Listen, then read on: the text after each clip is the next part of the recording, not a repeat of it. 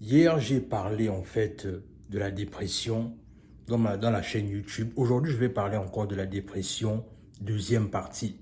Et là, en fait, dans cette deuxième partie, je vais te raconter l'histoire d'un monsieur qui a perdu la vie simplement à cause de la dépression en fait. Sur ce, on est parti.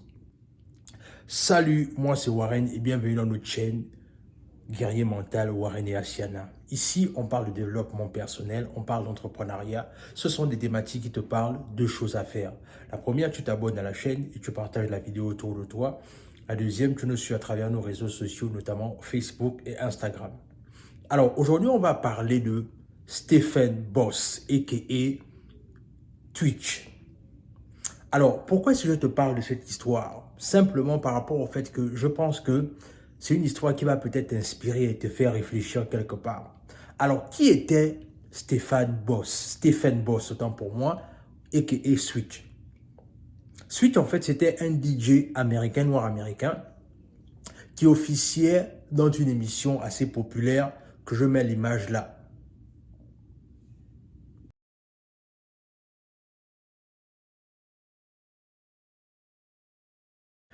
Alors, ce qui se passait en fait, c'est qu'il était DJ dans cette émission-là et il était devenu populaire. Et la chose qui l'a aussi rendu populaire, c'est le fait qu'il était un grand danseur hip-hop. Il dansait bien et sur TikTok, il avait formé une communauté incroyable de 3 millions d'abonnés, quelque chose comme ça. Il était vraiment, vraiment populaire. Mais la réalité, c'est que non seulement il était populaire, mais également il était joyeux. C'est-à-dire dans le sens là où c'est quelqu'un qui avait toujours le sourire aux lèvres, quelqu'un qui avait toujours la bonne humeur. Et ce qui va se passer, c'est que suite en fait, c'était un homme marié et père de 3 enfants. Et ce qui va se passer en fait, c'est quoi? C'est-à-dire que ce dernier en fait, un jour ordinaire, disons ça comme ça, un jour ordinaire, il va décider de partir de chez lui. Et quand il va partir de chez lui, en fait, ce qui va se passer, c'est que quand il va partir de chez lui, il va prendre une chambre à l'hôtel. Quand il va prendre une chambre à l'hôtel, en fait, il va louer une chambre à l'hôtel parce qu'il estimait peut-être qu'il voulait se reposer ou quelque chose comme ça. Il a pris une chambre à l'hôtel. Mais il faut savoir une chose, c'est que quand il a pris la chambre à l'hôtel, il n'a pas annoncé à sa femme ou à ses enfants qu'il allait quelque part. Il a simplement pris ses affaires et il est parti. Et ce qui s'est passé, c'est quand il a pris la chambre d'hôtel, il s'est enfermé à l'intérieur, il est allé à la douche et il s'est tiré une balle dans la tête. Oui, tu l'as bien compris. Il s'est tiré une balle dans la tête.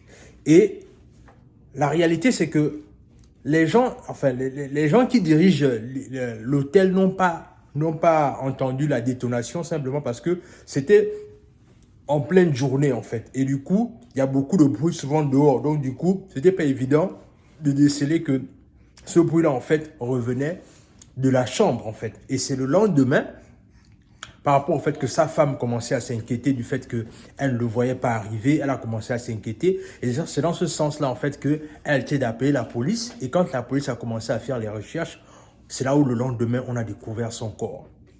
Mais la chose la plus troublante dans cette histoire, c'est que quand on découvre son corps, il n'a laissé aucun mot, il n'a laissé aucune traçabilité qui pourrait laisser paraître les raisons pour lesquelles il s'est suicidé en fait. Et à un moment donné, les gens ont commencé à se poser des questions de savoir comment est-ce qu'un homme aussi joyeux, toujours en train de danser, toujours en train de sourire, a pu se donner la mort en fait. Comment est-ce que c'est possible?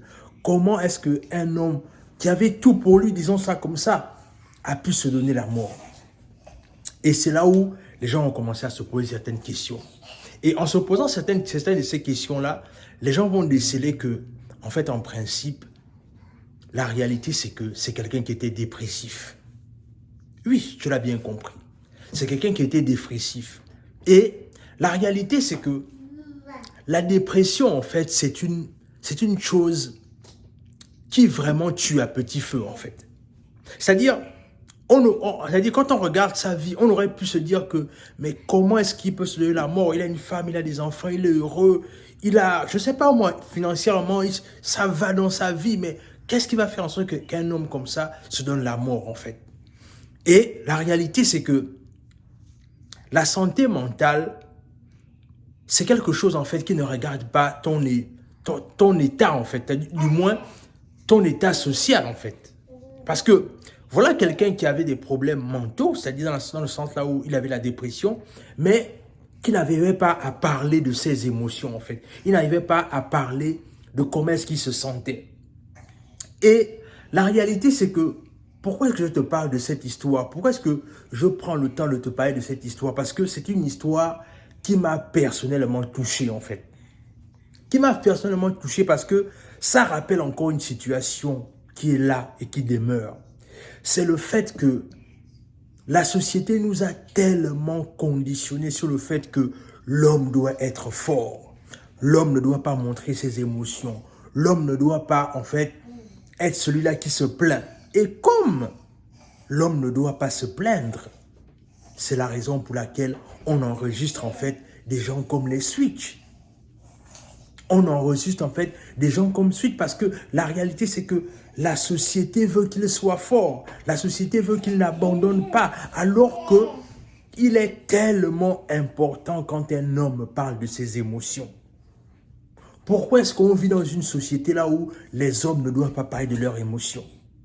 Qui a en fait décrété le fait que si un homme parlait de ses émotions, ça voudrait dire qu'il est faible? Qui a en fait dit en fait que, excusez-moi, que si tu commences à te plaindre, ça veut dire que tu es une femme, tu n'es pas normal. Qui a déclaré ces termes en fait? Et c'est ce qui me fait beaucoup réfléchir et ça me touche à tel point que même dans son sourire là, il y avait beaucoup d'amertume derrière.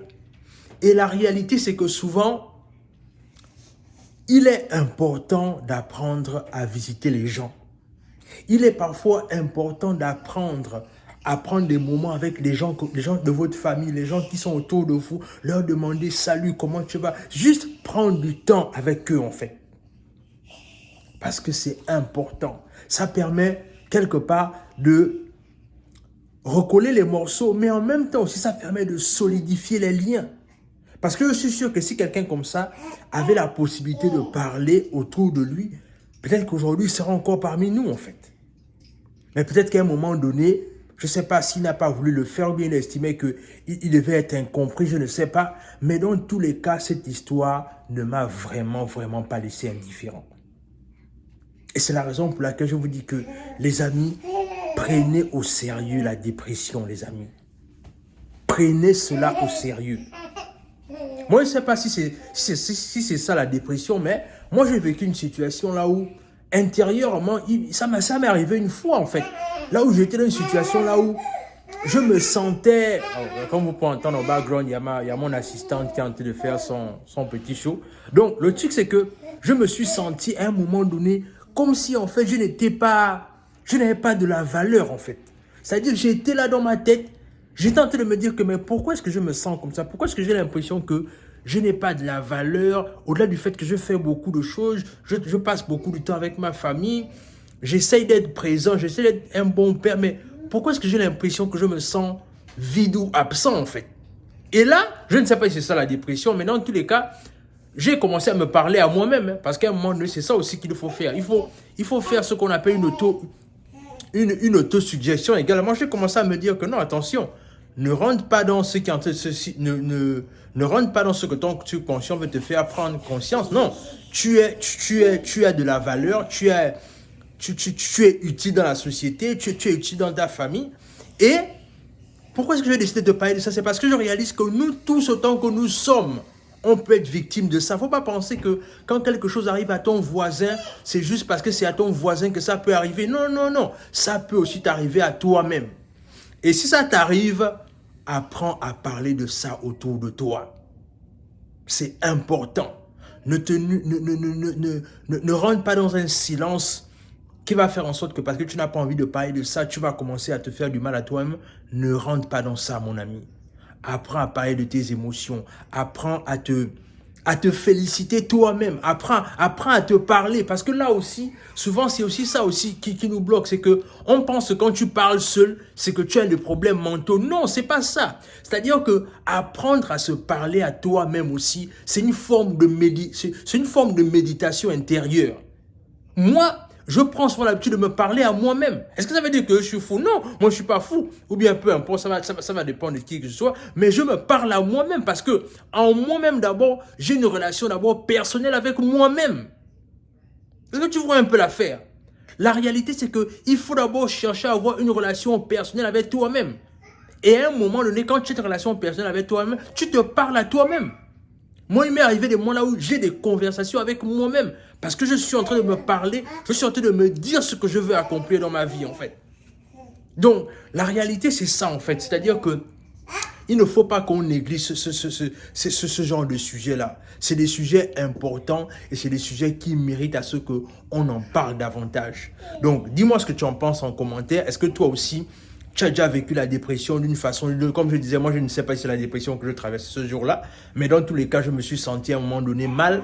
Si c'est ça, tu peux me le dire en commentaire. Ou bien peut-être, s'il y a quelqu'un qui a déjà vécu la dépression, dites-moi un peu comment est-ce que vous avez managé ça ou encore comment est-ce que ça s'est manifesté dans vos vies. En fait, peut-être qu'à un moment donné, ça va faire en sorte que on sait un peu comment déceler ce genre de choses en fait. Dis-moi ce que vous en pensez en commentaire. Abonnez-vous à la chaîne, partagez la vidéo autour de vous, laissez un like, laissez un commentaire et sur ce, on se dit à la prochaine.